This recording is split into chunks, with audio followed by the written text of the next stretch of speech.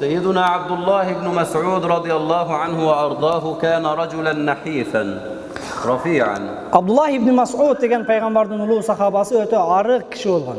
صعد النخلة ذات مرة فظهرت ساقه نحيفة فضحك الصحابة لنحافة ساقه. Күндөрдүн биринде бул арык кичинекей сахаба курма дарагынын башына чыгып курма терип атканда, астындагы сахабалар мунун балтырын, бутун көрүп калды дагы, каткырып күлүштү. Ошол эмне, мунун арыктыгын караган, эмне ичке экен путу деп. فأراد النبي صلى الله عليه وسلم أن يجبر بخاطر سيدنا عبد الله بن مسعود. Abdullah ibn Mas'ud'tu bular шылдыңда ушинтип мунун арыктыгын кара дегенде, пайгамбар Абдулланы кубандырыш үчүн فقال صلى الله عليه وسلم والذي نفسي بيده يعني والله لساق ابن مسعود في الميزان عند الله تعالى أثقل من جبل أحد.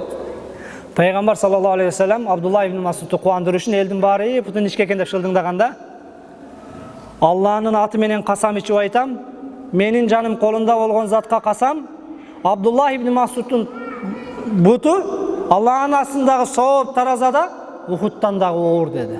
Ибрахим пайгамбар Кур'анда Аллах таала анын айтканын баяндап, ал өзүнүн доорундагы жанагы анын коому кудайчаларга, буттарга жыгачтан жасалган, жана таштан жасалган кудайча эстеликтерге сыйынып кеткен учурда, бул кудайчалардын бардыгы мага душман, бир гана менин Роббим душман эмес, ошол гана мага жакшылык кылат дейтиле. من هو رب العالمين يا سيدنا إبراهيم؟ Элдин баары ушинткенде анан, о Ибрахим пайгамбар, ким ал ааламдардын жаратуучусу сенин досуң болгон? الذي خلقني فهنا بأن يهدينا جميعا. Кудайдын бизге берген бактысы, сүйүнүчү, жакшылыгы мына ошол жаратып эле тим койбостон хидаят берип, бейиш жолуна, ислам жолуна салганы. الذي هو يطعمني ويسقين. Ал жаратуучум мени тамак берет, суусундук берет. وإذا مرضت فهو يشفين. Эгер оорусам ал шифа берет. والذي يميتني ثم يحيين. Ал мени өлтүрүп, андан кийин жашоо берет. والذي أطمع أن يغفر لي خطيئتي يوم الدين. وهذا أدب من سيدنا إبراهيم عليه السلام مع الله تعالى لأن سيدنا إبراهيم معصوم لا يذنب لكنه يتأدب مع ربه فيقول أطمع أن يغفر لي خطيئتي وهو أصلا لم يفعل ذنب. İbrahim пайгамбар, пайгамбарлардын бардыгы маасум деген бул күнөөдөн оолак болгон, Аллах таала тарабынан сакталынган, булар күнөө кылышы мүмкүн эмес. Ошого карабастан бул Роббим кыяматта менин күнөөлөрүмдү жоюп жок кылып мени бейишке киргизет дейт. Ал Ибрахим пайгамбардын күнөөсү болгон эмес, балким сиз менен бизге Аллах таала кыяматта күнөөлөрүбүздү кечирип жакшылык тартуулайт. كلنا في الدنيا نبحث عن رضا الله تعالى وعن دخول الجنة. Баарыбыз Алланын ыраазычылыгын, бейишке кирүүнү эңсеп, ошонун жолунда жүрөбүз. أقرب طريق يوصلنا جميعا إلى الجنة جبر الخواطر. Баарыбызга мына ошол Аллага жакын болуп бейишке кирүүбүзгө себепчи болгон нерсе бул, мына ошол эмне? Же болбосо баарыбыздын кубанычыбыз мына ошол бейишке кирүү менен. يقول الله تعالى في الحديث القدسي يا ابن آدم. Аллах таала хадиси кудсиде, эй адам баласы, مرضت فلم تعدني فلم تزرني. мен оорусам, зияратка келбедиң дейткен. فيقول ابن آدم وكيف أعودك يا ربي وأنت رب العالمين كيف أزورك وأنت رب العالمين. Ошондо жанагы пенде, о Роббим, сен ааламдардын падышасы болсоң, кантип сени зиярат кылам? Сен да оорумак белең. وهل الله تعالى يمرض؟ Аллах ооруйбу өзү? فيقول الله تعالى أما علمت أن عبدي فلانا مرض فلم تعده أي فلم تزره. نعم. أما إنك لو زرته لوجدتني عنده. Аллах таала менин баланча деген пендем ооруду, сенин подружкаң эле, досуң эле. Ошол ооруганда, ошону барып зиярат кылганыңда мени ошол жерден тапмаксың дейткен. Аллах таала өзү оорубайт. Ооруган пенделеримди эмне үчүн зиярат кылбадың? Эгер ошолорду зиярат кылганыңда мени зиярат кылгандай болот элең, мени ошонун астынан табат элең дейт. Мына ошенди бири-бирибизди зиярат кылып жакшылык кылгандыгыбыз, бири-бирибизге кубаныч тартуулаганыбыз beyişke kirүүгө эң оңой жол экен. إذن عند زيارتك للمريض وتدعين له دعوة طيبة وتقولين له كلمة طيبة فإنك تخففين عنه. الله تعالى يقول لك هذا العمل الذي جبرت به خاطر المريض تجديه عندي لا يضيع. Сиздин мына ошол ооруган бир тууганыңыздан кабар алып, ооруба Кудай шифа берсин, айыгып кетесин, жакшы болуп кетесин деп кабар алганыңыз, бул мына ошол кыяматта Кудайдын астынан таба турган сооп ишиңиз. يا ابن آدم استطعمتك فلم تطعمني.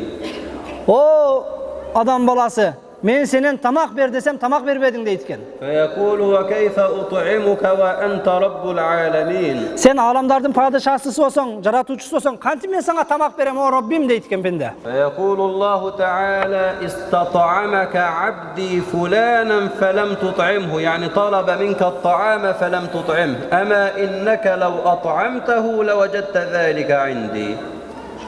О пендем, паланча деген менин пендем сенден барып тамак сураганда, жардам бер дегенде, ач калдым бала чака менен дегенде, сен бербей койдуң. Эгер ошого тамак бергениңде, үй жай бергениңде, ошол тилемчигин колун устой кайтарбаганыңда, мени ошол жерден тапмаксың, ошол пенденин көңүлүнөн, жүрөгүнөн тапмаксың дейт экен. يا ابن آدم استسقيتك فلم تسقني، طلبت منك الماء فلم تعطني. Суу сурадым мен сенен, сен мага суу бербедиң дейт экен. فيقول يا ربي وكيف أسقيك وأنت رب العالمين. Кантип мен сага суу берем, о Раббим, сен аламдардын падышасы болсоң деп дагы айтат экен. فيقول الله تعالى استسقاك عبدي فلان فلم تسقه أما إنك لو سقيته لوجدت ذلك عندي. Паланча деген пендем суу бер деп сураганда сен бербей койдуң. Эгер ошого суу бергениңде, мени ошонун алдынан тапмаксың дейт. Демек жараткан Аллах Таала түз бизге муктаж эмес. Ал Аллах самат зат. Бирок мына ошол Аллах Таала мээримдүү зат, бири-бирибиздин көңүлүбүзгө коюп туруп өзүнүн ыраазычылыгын бейишке кирүүнү. يبدأ الله تعالى في هذا الحديث الشريف بالمرض لأن أفضل نعمة يأخذها الإنسان هي نعمة الصحة. Бул хадистен Аллах Таала бизге ошол эң чоң неамат, бул ден соолук неамат экенин баяндады. Анткени оорулуунун алдынан мени табат элең деди го. ثم بعدها ما تبقى به حياة الإنسان وهو الطعام والشراب. Эгер инсан жашай турган болсо, анда бул ичимдикке, тамак ашка муктаж экендигин баяндады. الصلاة أهم أم جبر الخواطر أهم؟ أيهما أعلى درجة؟ الصلاة أم جبر الخواطر؟ Намаз өзүңүздөр билесиздер эң улуу ибадаттардан. Бирок адамдарга жакшылык кылып, бирөөлөрдүн ыраазычылыгын тапкан чоңураак ибадатпы же намаз окуган көбүрөөк ибадатпы? الصلاة ركن من أركان الإسلام الخمسة. Намаз бул исламдын 5 негизинин бирөөсү. ومع أنها ركن من أركان الإسلام إلا أن جبر الخواطر له مكانة أعلى عند الله.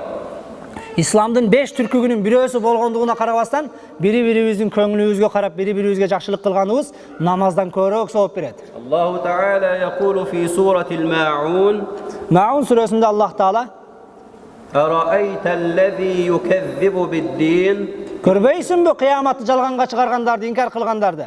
فذلك الذي يترك الصلاة أم فذلك الذي يدع اليتيم يعني ينهر اليتيم يؤذي اليتيم." Алар кыяматты жокко чыгарып элетин болбостон, жетим жесирлерге ыза берет. وهذا اليتيم ضعيف لأنه فقد أباه ويحتاج إلى عطف ورعاية.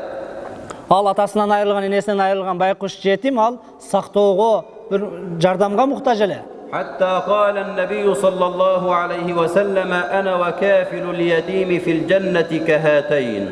Ошондуктан да пайгамбар саллаллаху алейхи вассалам мени менен бейишти кепилдикке алган адам бейиште ушундай болот деп көрсөттү. Мага ушунчалык жакын болот деп. ومن مسح على رأس يتيم كان له بكل شعرة تمر عليها يده حسنة. Ким жетимдин башын сыласа, ошол башында канча тал чач болсо, ошончо сооп жакшылык алат деди. ولا يدخل الفقر بيتا فيه يتيم يربى. Жетим тарбияланган үйгө jetim bagılgan sый körgön üýge kedeyçilik kirbeyt deyt. إذن جبر خاطر اليتيم هذا رقم واحد ذكره الله عز وجل. Demek mına oşol biri-biribizge köňlübüzde alıp biri-biribizge jakşylyk kılgan kanday sowap bolsa, jetimge jakşylyk kılgan bol nomer 1.